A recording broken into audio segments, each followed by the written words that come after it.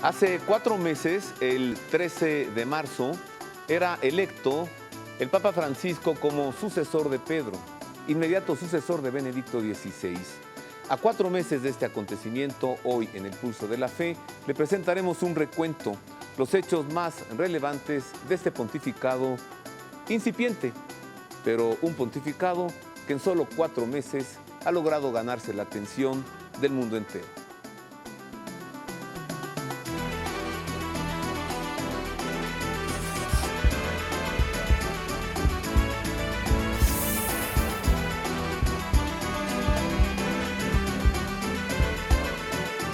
Gracias por acompañarnos en esta tarde. Buen provecho. Hoy es domingo 14 de julio. Se cumplen 4 meses del pontificado del Papa Francisco. Es un gusto saludarle. Gracias por estar con nosotros en el Pulso de la Fe. Comencemos con esta nota que nos habla sobre las primeras canonizaciones presididas por el Papa Francisco. Ahora sabemos que canonizará a 2 papas el mismo día, a Juan XXIII y a Juan Pablo II en el mes de diciembre. Vayamos a aquellas canonizaciones, los mártires de Otranto y también unas religiosas, entre ellas la mexicana Guadalupe García Zavala, la Madre Lupita. Escuchar de qué fue capaz una mujer muerta hace apenas 50 años para llevar la luz de Cristo ahí donde con dificultad pasa la del sol, entre los árboles de la cordillera colombiana, hace comprender que la santidad es una opción actualísima y no una hornacina vieja y polvorienta, o escuchar el recuerdo de que más de 800 se inclinaron la cabeza bajo las espadas antes de abjurar el Evangelio, o que la felicidad no es el resultado de una vida de comodidad, sino de una vida pasada haciendo el bien a los enfermos, equivale para un cristiano a hacer un examen de conciencia. A las más de 70,000 personas que llenaban la plaza de San Pedro para la canonización de los 813 mártires de Otranto, la apóstol de los indios, la colombiana Madre Laura Montoya, y la de los enfermos, la mexicana Madre María Guadalupe García Zavala, el Papa Francisco les planteó la pregunta de fondo de toda persona de fe.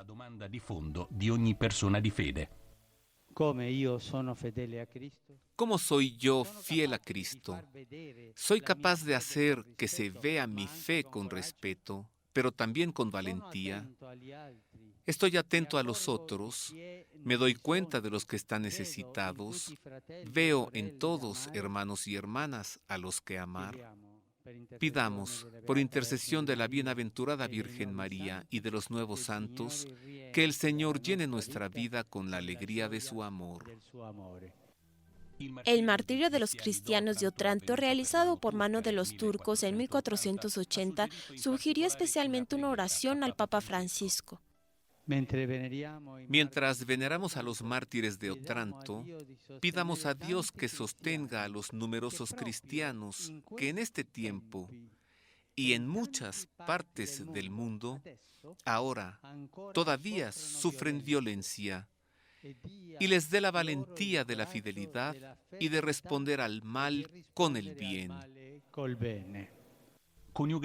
Conjugar la fe en Jesús con la valentía, la fantasía del amor gratuito puede asumir formas distintas. La forma elegida por María Guadalupe, llamada Madre Lupita, que recordó el Papa, renunció a dejarse paralizar el corazón por una vida aburguesada, para inflamarlo de ternura y compasión hacia los enfermos, o la forma de Madre Laura, la primera santa colombiana, que con su madre y 4 amigas hizo frente a las selvas para enseñar a los indios que pertenecían a Dios, uniendo el Evangelio a su defensa y a la promoción social. Nos enseña a ver el rostro de Jesús reflejado en el otro, a vencer la indiferencia y el individualismo que corroe las comunidades cristianas y corroe nuestro propio corazón, dándoles lo mejor de nosotros mismos y sobre todo compartiendo con ellos lo más valioso que tenemos, que no son nuestras obras o nuestras organizaciones, no. Lo más valioso que tenemos es Cristo y su Evangelio. Lo más valioso que tenemos es Cristo y su Evangelio. Las primeras canonizaciones presididas por el Papa Francisco, quien además acaba de presentar ya su primera carta encíclica. Esto fue el pasado viernes 5 de julio, una carta que comenzó a escribir su antecesor Benedicto XVI y que concluyó Francisco y fue presentada: La luz de la fe, Lumen Fidei. Ahora recordemos la reunión entre el Papa Francisco y el Papa de los cristianos coptos de Egipto, Taguadros II. Eran otros tiempos, antes del golpe de Estado en Egipto, antes de que se cambiara el gobierno. Ya el Papa Taguadros II y el Papa Francisco hablaban sobre la necesidad de una paz en Egipto para que cesara la persecución hacia los cristianos coptos y la matanza de cristianos. Recordemos. Juntos rezaron el Padre Nuestro y oraron por la paz, como hermanos, en la Capilla Redemptoris Mater del Palacio Apostólico, justamente 40 años después de la declaración común del Papa Pablo VI y del Papa Shenouda III. Los nuevos guías de la Iglesia Católica y de la Iglesia Ortodoxa Copta de Egipto, el Papa Francisco y el Papa Taguadros II, 118 sucesor de San Marcos en Alejandría, elegido el pasado noviembre, escribieron juntos el 10 de mayo una página histórica en el diálogo hacia la unidad. Tanto que Taguadros II, guía espiritual de más de 10 millones de fieles, propuso que en esta fecha se celebre todos los años la fiesta del amor fraterno entre las dos iglesias. Francisco, en su discurso, recordó que católicos y coptos ortodoxos están unidos por el único bautismo y que bajo la guía del Espíritu Santo, la oración, el diálogo y la voluntad de construir día a día la comunión en el amor recíproco, permitirán realizar nuevos e importantes pasos hacia la unidad. Pienso que esta unidad se puede comparar con la cruz. Nace y se enraiza en el amor, y estas visitas son una importante manifestación de este amor. Continúa con el estudio y el diálogo para una aceptación recíproca y se completa con la oración. La institución de un Consejo Nacional de las Iglesias Cristianas, ardientemente deseado por usted, representa un signo de la voluntad de todos los creyentes en Cristo de desarrollar en la vida diaria relaciones cada vez más fraternas y de ponerse al servicio de toda la sociedad egipcia de la que son parte integrante. Podemos decir que existe también un ecumenismo del sufrimiento, igual que la sangre de los mártires fue semilla de fuerza y de fertilidad para la Iglesia. Así, el compartir los sufrimientos cotidianos puede llegar a ser instrumento eficaz de unidad. Y esto es cierto, de alguna manera, también en el marco más amplio de la sociedad y de las relaciones entre cristianos y no cristianos. Del sufrimiento común pueden brotar, con la ayuda de Dios, perdón, reconciliación y paz. Quisiera, primero de todo, expresar la alegría que he experimentado al escuchar esta expresión, ecumenismo del sufrimiento. Los cristianos sufren en algunas partes del mundo, y no desde ahora, sino desde el siglo I. Por eso nosotros definimos la nuestra como la Iglesia de los Mártires. Así, el sufrimiento refuerza nuestra unidad en el cuerpo de Cristo y nos hace estar más cercanos a otros cristianos en distintos lugares. En el mes de mayo, ¿qué día fue? El 21 me parece, el 17 de mayo, el Papa Francisco estuvo como pez en el agua porque estuvo donde le gusta, con los pobres, con los necesitados. Fue a la casa Dono di María de las Hijas de la Caridad, la congregación fundada por Teresa de Calcuta, y allí el Papa habló sobre el gran testimonio de fe que se da cuando se atiende a los demás. Así sucedió. Un mosaico de amor entre el cielo y la tierra. El Papa Francisco pasó entre los huéspedes de la Casa Don de María para conmemorar el 25 aniversario de la encomienda de la obra vaticana a la Beata Madre Teresa de Calcuta por parte del Beato Juan Pablo II. El pontífice, recibido con una guirnalda de flores, según el uso hindú, se detuvo con todos los presentes, apretando manos, ofreciendo su cercanía y exaltando este lugar de solidaridad donde es visible el amor de la Iglesia por los pobres. Debemos recuperar todos el sentido del don, de la gratuidad, de la solidaridad.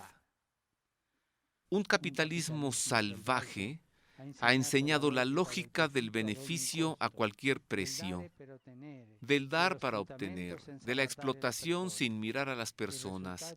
Y los resultados los vemos en la crisis que estamos viviendo.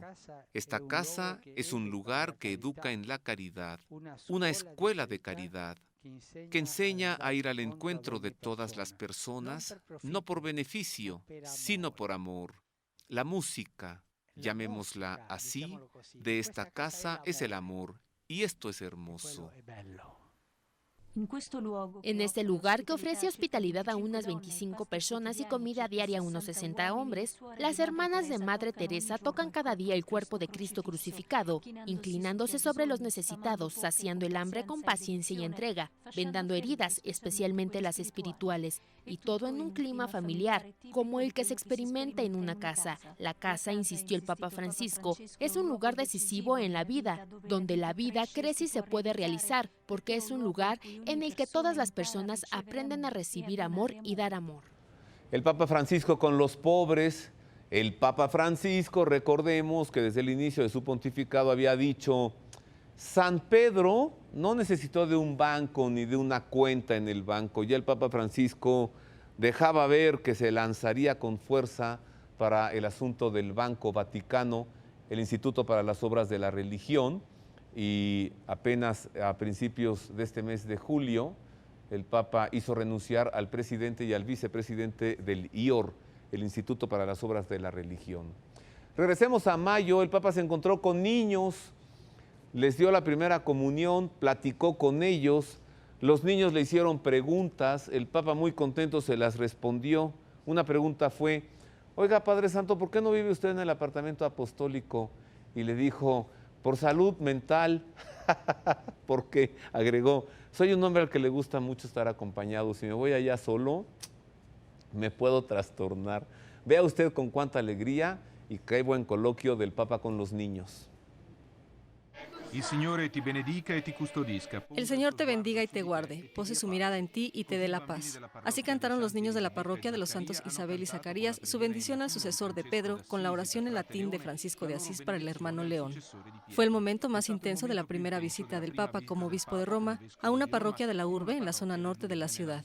El Papa Bergoglio inclinó la cabeza ante los niños que acababan de recibir la primera comunión de sus manos, como hizo en la logia de las bendiciones en San Pedro el 13 de marzo, la tarde de su elección, pidiendo la oración de la diócesis de Roma por él, su nuevo obispo. Todo cristiano, dijo a los niños, puede y debe bendecir siempre, decir bien a los otros y de los otros. Recibido a su llegada por el cardenal Agostino Valini, su vicario para la diócesis de Roma, y por el párroco Don Benoni Ambarus, el Papa Francisco fue saludado por las familias con los niños bautizados este año y por los enfermos. En la gran plaza de la iglesia, después de que el párroco definiese a esta comunidad como una centinela de la fe a las puertas de Roma, el Papa Francisco resaltó que la realidad se comprende mejor no desde el centro, sino desde las periferias. En la homilía, el Papa Francisco habló primero de María, que siempre nos socorre en las dificultades. Sería bello añadir a las letanías de la Virgen una que diga así: Señora, que vas deprisa, ruega por nosotros. Es bonito esto, ¿verdad? Porque ella siempre va deprisa. Ella no se olvida de sus hijos. Y cuando sus hijos están en dificultades, cuando tienen una necesidad y la invocan, ella va deprisa. Y esto nos da una seguridad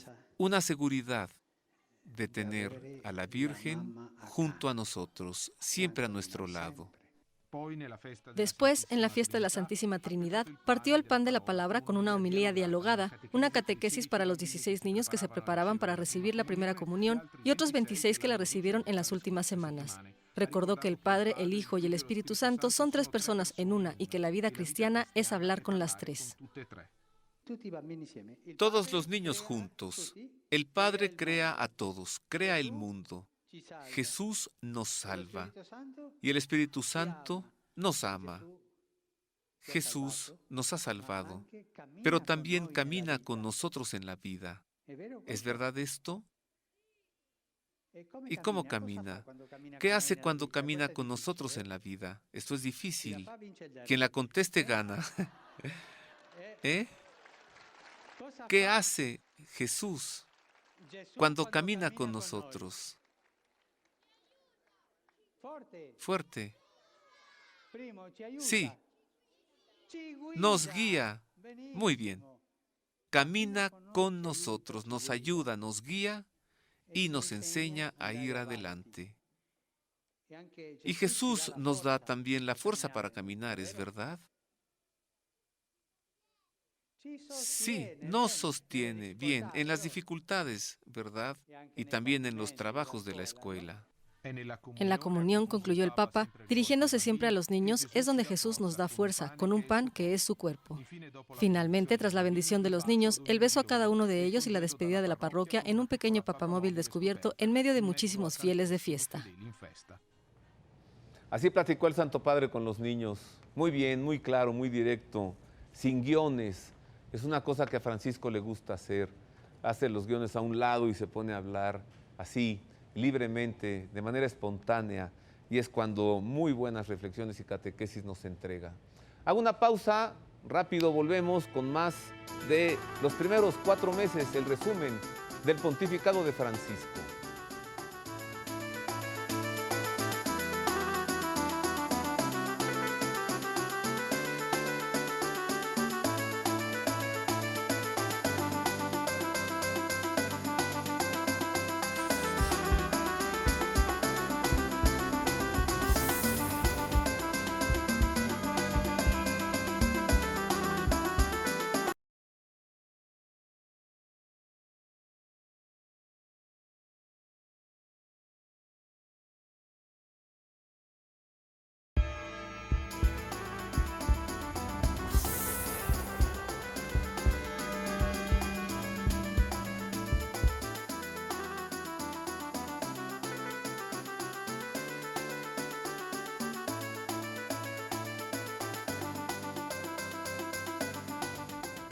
Estoy viendo aquí algunos de los tweets que usted hace favor de enviarme, muchas gracias. El Twitter es una manera rápida y oportuna de comunicarnos durante la transmisión del programa, también durante la semana, y podemos compartir e intercambiar información.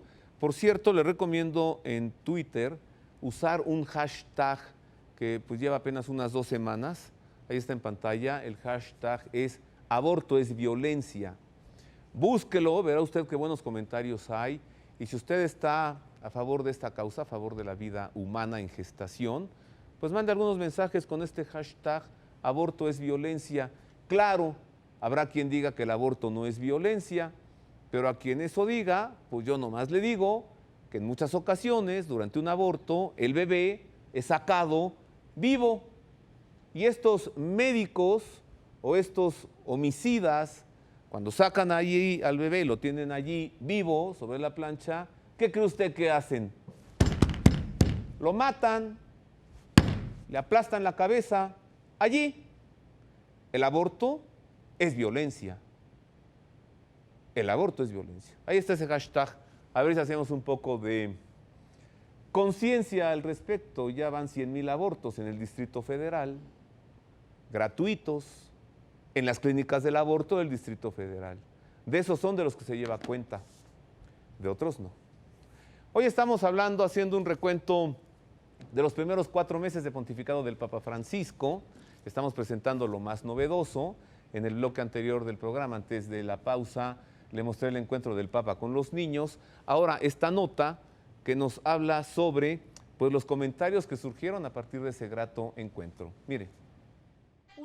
Última parroquia de la diócesis de Roma, pero la primera si se cuenta entrando en el territorio de la urbe. Depende del punto de vista. En este pasaje del saludo del párroco de la iglesia de Santa Isabel y Zacarías, en el barrio de Prima Porta, don Benonian Varus, para sus parroquianos. Don Ben es el orgullo de ser centinelas de la periferia. Una periferia, nos dice, viva y despierta. De emociones desbordadas incluso el día siguiente a la visita del Papa Francisco. Se siente en el aire y se ven los rostros de los parroquianos que se afanan para arreglar su iglesia. Desde la periferia se ve mejor la realidad, subraya el Santo Padre. Don Ben, en Prima Porta, desde septiembre de 2012, está de acuerdo. Biográficamente, yo procedo de los límites del Imperio Romano, de Rumania, por lo que, de alguna manera, estoy acostumbrado a vivir en los límites. El hecho de que el Papa haya comenzado en nuestra parroquia me ha impactado mucho, porque hablar de la necesidad de ir a ver las periferias de la humanidad, las periferias de la ciudad, y después que el obispo de Roma lo ponga por obra en primera persona, ha sido un ejemplo muy fuerte. La parroquia de Santa Isabel y Zacarías abarca un territorio de 15,000 personas, en su mayoría familias jóvenes, que, nos dice Don Ben, tienen una vida llena de obligaciones y en las que al Evangelio le cuesta encontrar espacio. También hay muchos jóvenes con los que es imposible interactuar, pero no faltan los ejemplos positivos. Es hermosa la experiencia de los animadores Alessio, Alesia y Davide. Los tres somos de este barrio, hemos nacido aquí, de esta iglesia tan grande han nacido muchas actividades. Y la que estamos preparando ahora para el verano es el centro de verano para los niños más pequeños. Los tres somos animadores del centro de verano que se llama Agreste e intentamos hacer lo mejor para estos niños.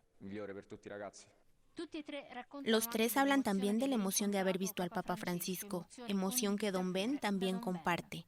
Cuando los niños le cantaron al Papa la bendición al hermano León, el Papa estaba con la cabeza inclinada, recibiendo la bendición de los niños. Inmediatamente después, cuando ya se había ido casi la mitad, hubo dos gemelos que le saltaron literalmente a la espalda y pensé que lo iban a tirar. Después, todos los demás niños, al ver este gesto y la acogida del Papa, siguieron su ejemplo.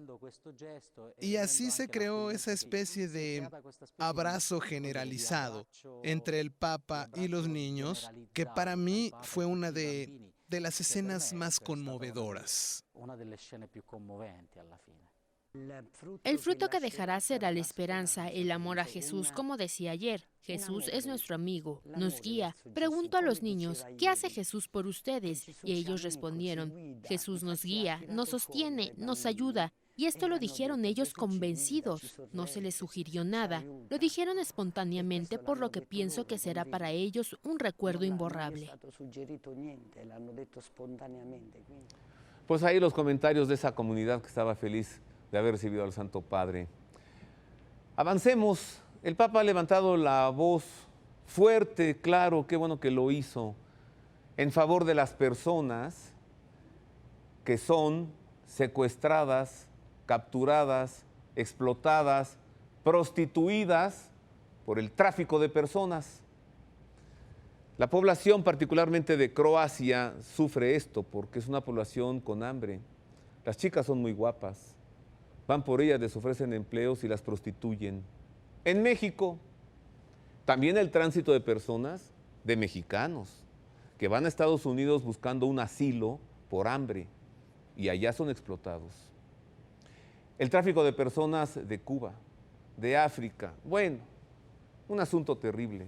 A veces para extracción de órganos, a veces para pedofilia, a veces para pornografía infantil. El Papa habló de esto.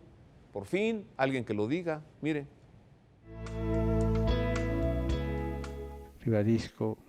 Reafirmo que la trata de personas es una actividad innoble, una vergüenza para nuestras sociedades que se dicen civilizadas.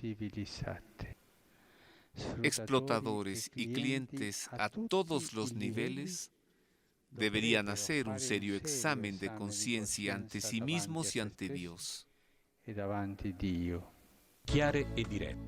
Claras y directas, las afirmaciones que el Papa Francisco utiliza para condenar el fenómeno mundial del tráfico de seres humanos traspasan el corazón. Sobre todo, es la intensidad que acompaña a las palabras la que deja huella en los expertos que le escuchan durante una fase de los trabajos de la plenaria convocada en el Vaticano sobre el tema personas desarraigadas a la fuerza. El Papa estigmatiza el fetichismo del dinero que mueve el comercio de los nuevos esclavos y se mueve a piedad por los refugiados a los que llama carne de Cristo. Una definición que al presidente del Dicasterio de los Migrantes, el cardenal Antonio María Beglio, le recuerda escenarios muy conocidos. Sabemos de casos de pobres que escapan de Somalia, de Etiopía, de Eritrea, o se encuentran en el Sinaí prisioneros de bandas criminales que después venden sus órganos explotando a estas pobres personas. Por eso puedo comprender muy bien que el Papa, pensando en estas personas necesitadas que sufren, hable del sufrimiento del Señor. Escuchando al Papa está también la hermana Estrella Castalone, que describe en los trabajos de la plenaria la acción solidaria que realiza la Red Internacional iniciada en 2009 por la vida consagrada contra la trata de seres humanos.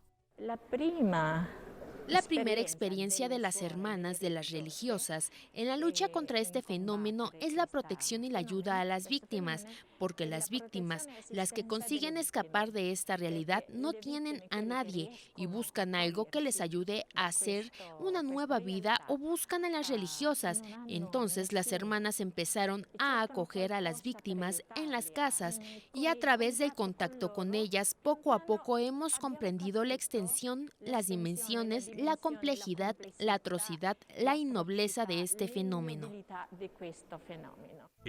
Sin embargo, el Papa Francisco pasa su mirada de la barbarie a los ojos de los que han sido arrojados de sus tierras, para los que no se debe apagar la luz de la esperanza.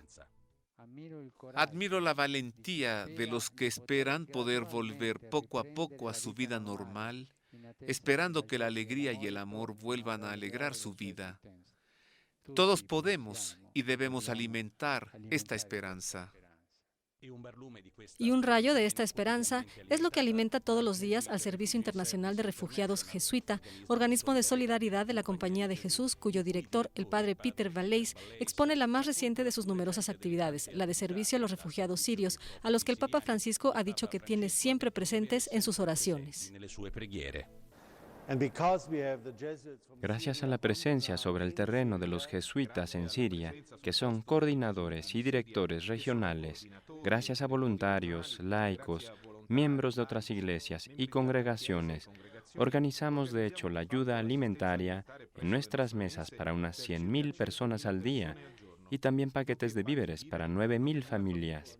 Se trata de un esfuerzo enorme que se hace posible gracias a la presencia de personas sobre el terreno y gracias a la ayuda internacional.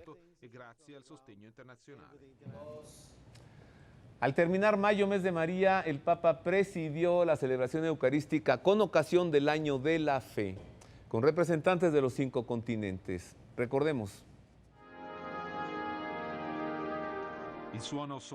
Sonido solemne y envolvente de las trompetas de plata acompaña la entrada de la Santísima Eucaristía y la exposición en el altar de la Basílica de San Pedro. Así comenzó la adoración eucarística presidida por el Papa Francisco en el contexto del Año de la Fe, en comunión con las catedrales y las parroquias de todo el mundo, unido en oración durante 1 hora. En la solemnidad del Corpus Christi, acompañados por el lema Un solo Señor, una sola fe, muchísimos católicos abrieron su corazón a Cristo y a los hermanos, siguiendo la invitación del Papa expresada en la homilía del jueves 30 de mayo en San Juan de Letrán. Jesús habla en silencio en el misterio de la Eucaristía y nos recuerda cada vez que seguirle significa salir de nosotros mismos y hacer de nuestra vida no una posesión nuestra, sino un don para Él y para los otros. Es una iglesia que se abre hacia afuera de sí misma. Una iglesia que se hace más fuerte en el momento en que se convierte también en voz de los que no tienen voz y también se vuelve capaz de apoyar con toda la valentía que le da estar constantemente delante del Señor, la valentía en favor de la dignidad de la vida y de la persona humana. Desde Oceanía, donde ya era 3 de junio, a Vietnam, donde todas las diócesis se unieron a San Pedro a las 22 hora local, en todo el mundo, conforme a las intenciones del Papa Francisco, se oró por el bien de la Iglesia para que el Señor la haga cada vez más obediente a la escucha de su palabra, y por todos los que viven el sufrimiento de nuevas esclavitudes, víctimas de guerras y violencia o de la precariedad económica. Una oración que a menudo tuvo que superar grandes dificultades prácticas. Había islas en las que los obispos nos decían, no tenemos luz eléctrica, estamos en la estación de las lluvias, en los meses pasados se desbordaron los ríos, por eso. Y por eso es difícil entre la 1 y las 2 de la madrugada moverse por los pueblos. Pero a pesar de todo, estaremos presentes porque creemos fuertemente en la presencia de la Eucaristía. Pienso en la experiencia de Fairbanks, en Alaska, y Honolulu, que están en el mismo uso horario. Durante 1 hora, todo estuvo unido alrededor del misterio de la Eucaristía que hace vivir a la Iglesia. El sonido del arpa acompañó en San Pedro la lectura de oraciones de los últimos pontífices, desde Pío XII a Benedicto XVI. El arzobispo Fisichella resume así las emociones de 1 hora de adoración. Profunda emoción de saber que en aquel momento todos estábamos unidos con Jesús Eucaristía. Y a la emoción se le une también una gran experiencia de fe. Una experiencia de fe que se ha convertido en silencio, que se ha convertido en oración y se ha convertido en escucha. Creo que esta contemplación del misterio de la Eucaristía es verdaderamente un momento especial en este año de la fe y que ha producido y producirá grandes frutos en la vida de la Iglesia. También al término del mes de mayo, mes de María, el Papa Francisco presidió el rezo del Rosario en la Plaza de San Pedro y dijo: en las letanías del Rosario debería agregarse una que es María va deprisa. ¿Cómo es eso? Así lo dijo el Papa.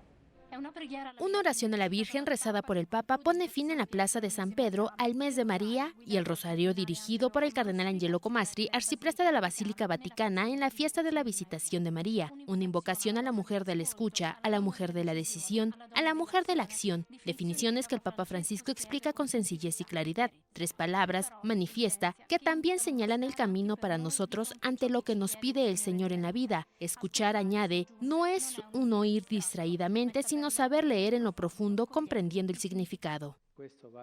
Esto vale también en nuestra vida. Escucha de Dios que nos habla y también escucha de la realidad cotidiana. Atención a las personas, a los hechos, porque el Señor está a la puerta y llama de muchas maneras. Pone señales en nuestro camino. A nosotros nos da la capacidad de verlos. María es la madre de la escucha. Escucha atenta de Dios y escucha igualmente atenta de los acontecimientos de la vida. Pero María es también la que decide con valentía contracorriente, en completo abandono en el Señor, porque nada es imposible para Dios. Es pues nuestra maestra de decisión y con la certeza en el corazón. María no duda ni se retrasa, sino que va deprisa. A veces, también nosotros nos detenemos en la escucha, en la reflexión sobre lo que debemos hacer. Quizá incluso tenemos clara la decisión que debemos tomar, pero no damos el paso a la acción. Y sobre todo, no nos ponemos en juego a nosotros mismos deprisa hacia los demás para llevarles nuestra ayuda, nuestra comprensión, nuestra caridad, para llevar también nosotros, como María, lo más precioso que tenemos y hemos recibido, a Jesús y su Evangelio, con la palabra y sobre todo con el testimonio concreto de nuestra actuación.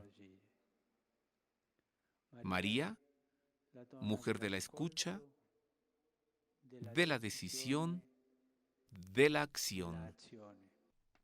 Un rosario rezado juntos, la comunión alrededor de la Madre, subraya el Papa Francisco, capaz de hacernos a todos más hermanos. Una unión con la Virgen que el pontífice ha sentido a menudo en su vida. No por casualidad, le rindió homenaje en la Basílica de Santa María la Mayor el día después de su elección al solio pontificio. Muchas veces ha hablado después de la Virgen que cubre con su manto al pueblo de Dios, revocando así el icono de la Virgen de la Misericordia.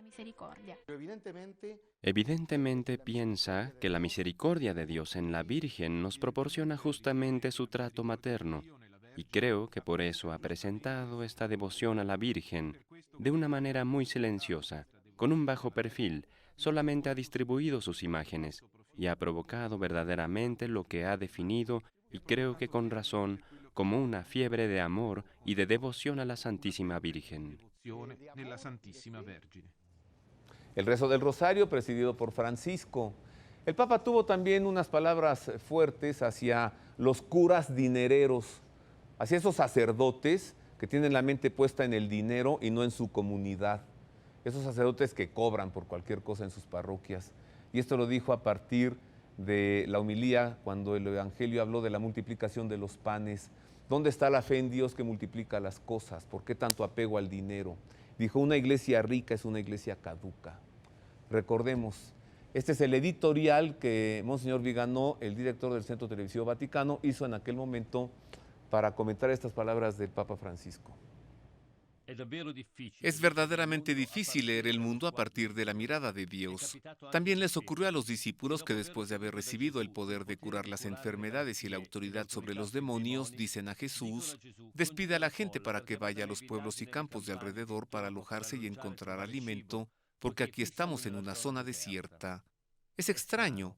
Están junto al lago de Tiberíades, en las verdes colinas de Galilea, y sin embargo hablan de desierto. No logran ver la posibilidad de la superabundancia del Padre en lo poco de 5 panes y 2 peces.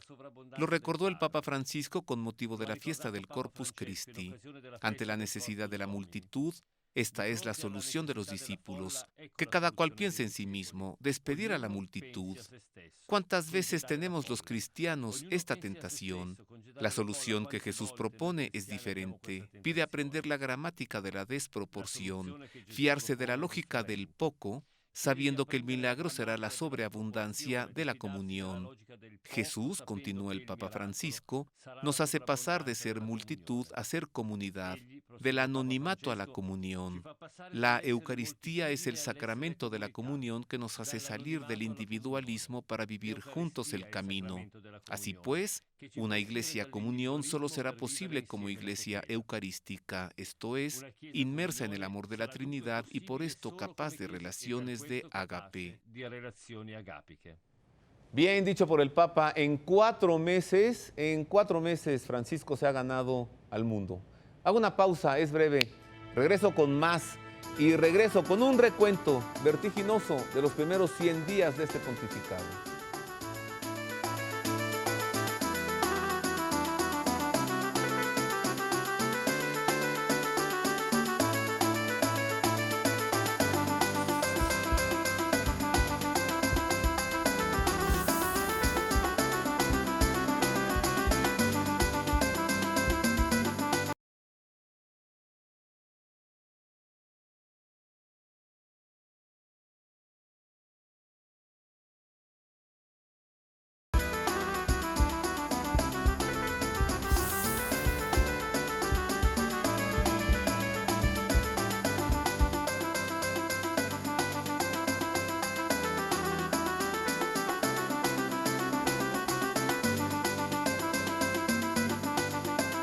Hoy estamos haciendo en el Pulso de la Fe un recuento de los primeros 4 meses de pontificado del Papa Francisco.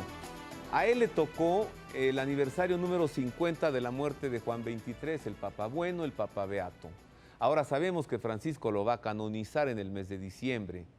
Vamos al momento en el que él se expresó, con ocasión de este 50 aniversario de la muerte de Juan XXIII, sobre él. Dijo palabras hermosísimas. Esto dijo, recordemos.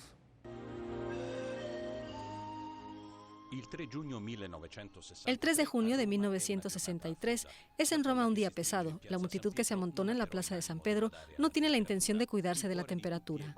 Todos los corazones están dilatados. El Papa Bueno ha volado al cielo. Su bondadosa sonrisa no está ya para infundir esperanza a un mundo que ha corrido el riesgo de una guerra nueva y fatal. Solo 4 años y medio de pontificado, pero intensos, que dejan en quienes los vivieron la impresión de ser 5 veces más. Juan XXIII cambió la marcha de la Iglesia, abriéndola a horizontes impensables. Horizontes que el pasado 3 de junio, a 50 años justos de la muerte del Papa Roncalli, recordó la multitud de fieles de la diócesis de Bérgamo que llegaron a San Pedro para una misa conmemorativa presidida por su obispo Monseñor Francesco Beschi. Más tarde, la festiva llegada del Papa Francisco para recordar la raíz profunda de la bondad que se convertirá en la clave del ministerio de Juan XXIII a partir de sus años de servicio como nuncio en Bulgaria y Turquía. Justamente en estos ambientes, él demostró ser un eficaz tejedor de relaciones y un válido promotor de unidad, dentro y fuera de la comunidad eclesial, abierto al diálogo con los cristianos de otras iglesias, con representantes del mundo judío o musulmán y con muchos otros hombres de buena voluntad. En realidad, el Papa Juan transmitía paz porque tenía un alma profundamente pacificada. Se había dejado pacificar por el Espíritu Santo. Soto il Monte es el pueblecito de la provincia de Bérgamo donde nació Angelo Roncalli en 1881 de una humilde familia de colonos. Y allí, entre campos y cultivos, germinó también la vocación del futuro Papa. Y como demuestran las numerosas cartas a la familia, Juan XXIII hace siempre referencia a aquel puñado de casas, incluso desde la cátedra de Pedro, como nos cuenta Monseñor Claudio Dolcini, actual párroco de Soto il Monte. Sabemos que la mayor empresa de Juan XXIII es el Concilio Vaticano II. Yo me he preguntado cómo un hombre que procede de la tradición campesina, que es anciano, porque tiene casi 80 años, puede poner en marcha una experiencia tan grande, imponente y difícil como el concilio. Lo puede hacer primero porque es un hombre que siempre vivió en el espíritu de la providencia. Su lema, obediencia et pax, encarna su identidad.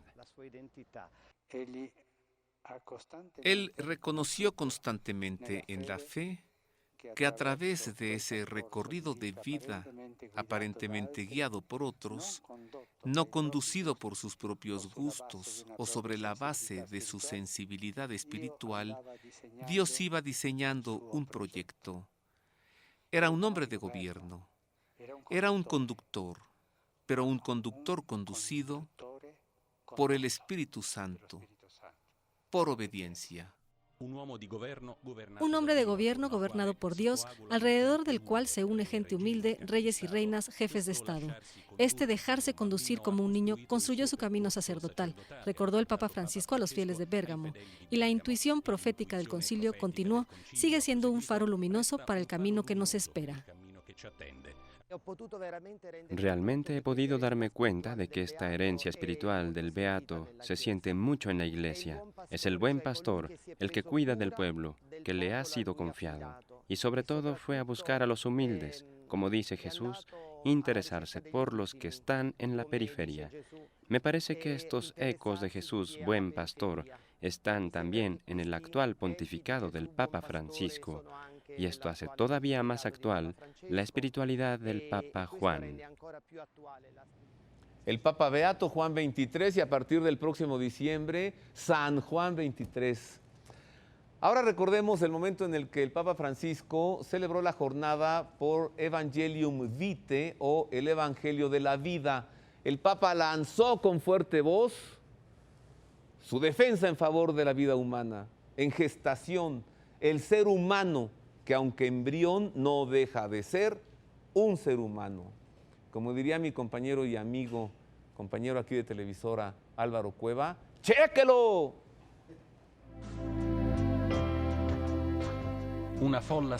Una multitud innumerable, porque esta es ya la imagen de la plaza de San Pedro y de la Vía de la Conciliación cuando el Papa Francisco baja entre la gente. Una multitud de todas las edades que quiere escuchar el mensaje de la vida que viene de Dios, entregado por un Papa que regala a todos una sonrisa y encarna al Padre bueno que cuida de sus hijos. Pero también una multitud a la que el mismo Papa pone en guardia sobre un problema antiguo como la vida misma. Y es que cuando el hombre quiere afirmarse a sí mismo, encerrándose en su propio egoísmo y poniéndose en el lugar de Dios, acaba por sembrar la muerte. Este tema fue dedicado e inspirado en la Evangelium Vitae, la encíclica del Papa Wojtyła del 95. Digamos sí al amor y no al egoísmo. Digamos sí a la vida y no a la muerte. Digamos sí a la libertad y no a la esclavitud de los numerosos ídolos de nuestro tiempo. En una palabra, Digamos sí a Dios, que es amor, vida y libertad y nunca defrauda. A Dios que es el viviente y el misericordioso. Todo depende, explica el Papa Francisco, de qué imagen tenemos de Dios. La falseada de Dios juez y severo o la verdadera de Dios misericordioso que quiere vida. La prueba la ofrece Jesús, cuya misión sintetiza el Papa en una serie de verbos. Acoge, ama, consuela, anima, perdona, devuelve la vida y culmina con uno de sus increscendo que da cuerpo y calor a las palabras que leen los folios. Digámoslo juntos, Dios el viviente es misericordioso. Todos, Dios el viviente es misericordioso.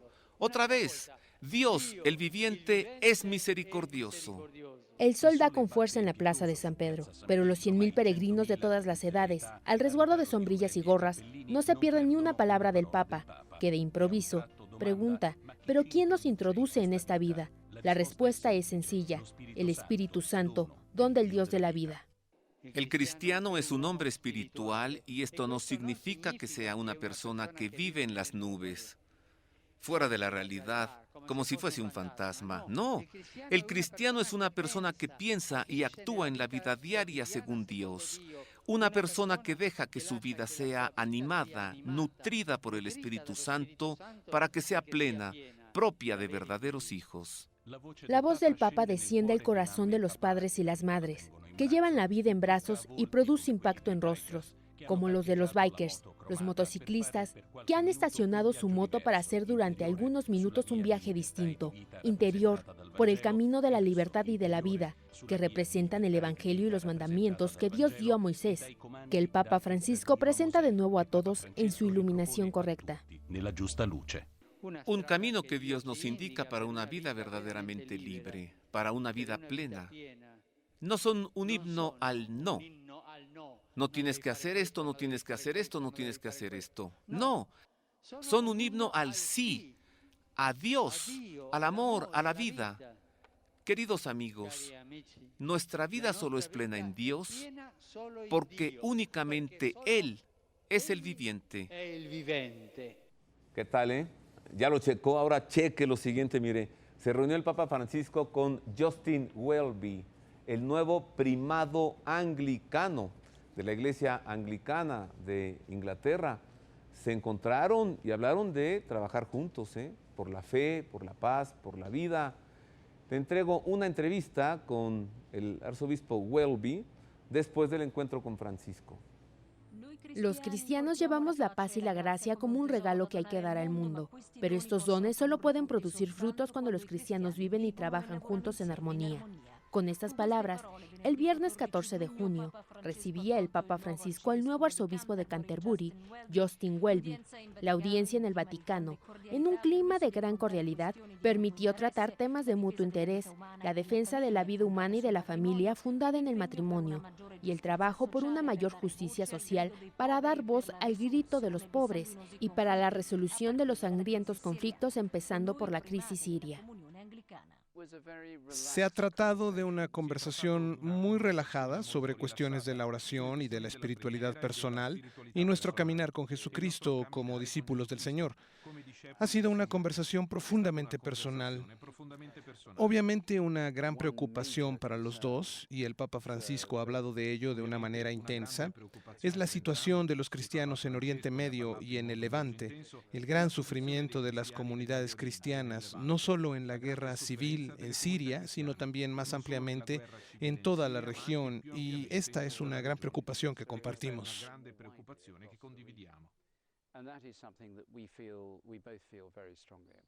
El encuentro de hoy, querido hermano, es la ocasión para recordarnos que el esfuerzo en la búsqueda de la unidad entre los cristianos no deriva de razones de orden práctico, sino de la voluntad misma del Señor Jesucristo, que nos ha hecho hijos suyos e hijos del único Padre. Por eso la oración que hoy elevamos juntos es de fundamental importancia. Pienso que hay que tener en cuenta dos elementos. El primero es que la comunión tiende a realizar sus disputas con mucha vehemencia Y muchos saben que cuando no estamos de acuerdo, no significa siempre necesariamente que nuestros argumentos sean más importantes que los de quienes no lo hacen con tanta intensidad. La segunda consideración se refiere al hecho de que estamos trabajando muy diligentemente para comprendernos recíprocamente y reconstruir nuestras relaciones personales. Antes de la oración común en la Capilla Redemptoris Mater, el pontífice recordó la singular coincidencia del inicio de los respectivos ministerios el pasado marzo, a pocos días de distancia uno del otro. Un motivo especial, dijo, para sostenernos recíprocamente con la oración. Tampoco faltaron las referencias a la historia de las relaciones entre la Iglesia de Inglaterra y la Iglesia de Roma. Qué grato es ver reunirse y trabajar juntos a dos importantes líderes de religiones y sobre todo de iglesias cristianas, como es el caso del Papa Francisco y el primado anglicano Monseñor Welby.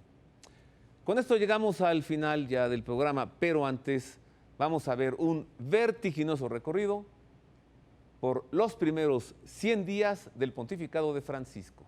100 días. Han pasado ya casi 100 días desde la lluviosa tarde del 13 de marzo y de la elección del Papa Francisco. ¿Qué palabras, qué gestos, qué decisiones de Jorge Mario Bergoglio, el obispo de Roma, que trajeron los cardenales casi del fin del mundo? ¿Han marcado sus primeros pasos guiando a la Iglesia? Se lo hemos preguntado al cardenal hondureño Óscar Rodríguez Maradiaga, elegido por el Papa para coordinar el grupo de cardenales llamados a aconsejarle en el gobierno de la Iglesia, al embajador argentino ante la Santa Sede, Juan Pablo Cafiero, y a la embajadora de Ucrania, Tetiana Ishevska. Pienso que desde el principio, cuando salió al balcón de la basílica y dijo, «Oren por mí», fue de verdad un grandísimo mensaje y continúa durante todos estos días. Siempre cuando hay un grupo o alguna persona que habla con él, siempre pide oración, porque es consciente de que el oficio de pontífice de la Iglesia o de obispo de Roma es una carga tan pesada que solo con la oración se puede responder a la voluntad de Dios. En segundo lugar, me ha impresionado muchísimo su humildad, porque desde el principio de su pontificado ha querido actuar con sencillez, incluso en los ornamentos litúrgicos, en su cruz pectoral, en los zapatos. Son cosas que la gente aprecia de verdad muchísimo, porque ve un pastor cercano, un pastor humilde, un pastor pobre que quiere una iglesia para los pobres y una iglesia pobre. Lo primero, pienso yo, es su particular humanismo. Es un humanismo que pone en el centro al hombre. En una sociedad demasiado individualizada, materialista, el Papa ha puesto al hombre en el centro, porque el hombre no debe ser un medio, es un fin. La novedad es su acción pastoral, el diseño de un nuevo sacerdote, un sacerdote con el olor del rebaño, cerca de la gente que necesita ayuda. Otro punto es la colegialidad. Retomando el Concilio Vaticano II, su colegialidad, el convocar un consejo para modificar la curia.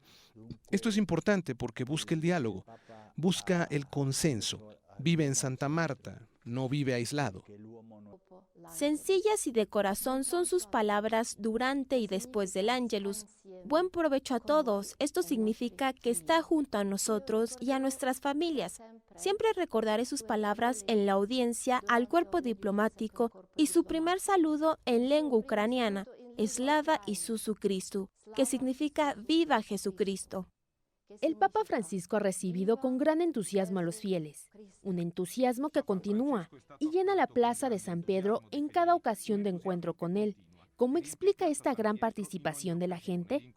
Pienso que estos gestos, acercarse a los jóvenes detenidos para lavarles los pies, abrazar a la multitud, abrazar a los niños, gestos que son todos naturales para Bergoglio.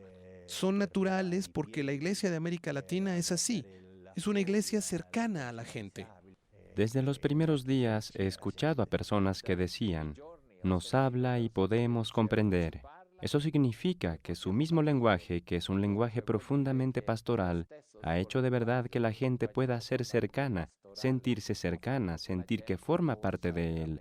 La gente se siente identificada con el pastor, y esto es algo hermosísimo. Y así han transcurrido los primeros 4 meses del pontificado de Francisco. Ahora está lo bueno por venir. Tiene que nombrar al cardenal secretario de Estado. Vamos, yo ya cuento los días y le diré un nombre que se me antoja mucho. Óscar Andrés Rodríguez Maradiaga, arzobispo de Tegucigalpa, en Honduras. ¿Se imagina que él fuese el secretario de Estado? Bueno, lo veremos y lo sabremos en breve. Ahora sí nos vamos, gracias por haber estado con nosotros. Les recomiendo que se queden en la programación de Proyecto 40. El programa que sigue es El Foco con mis compañeros Héctor de Mauleón y Cintia Francesconi. Lo que me resta pues es agradecerle que haya estado con nosotros y a nombre de mis compañeros, el staff de Proyecto 40, garantizarle que es usted el mejor público de televisión que existe en todo el mundo y en mundos que habrán de descubrirse después. Feliz semana, muchas gracias, feliz domingo.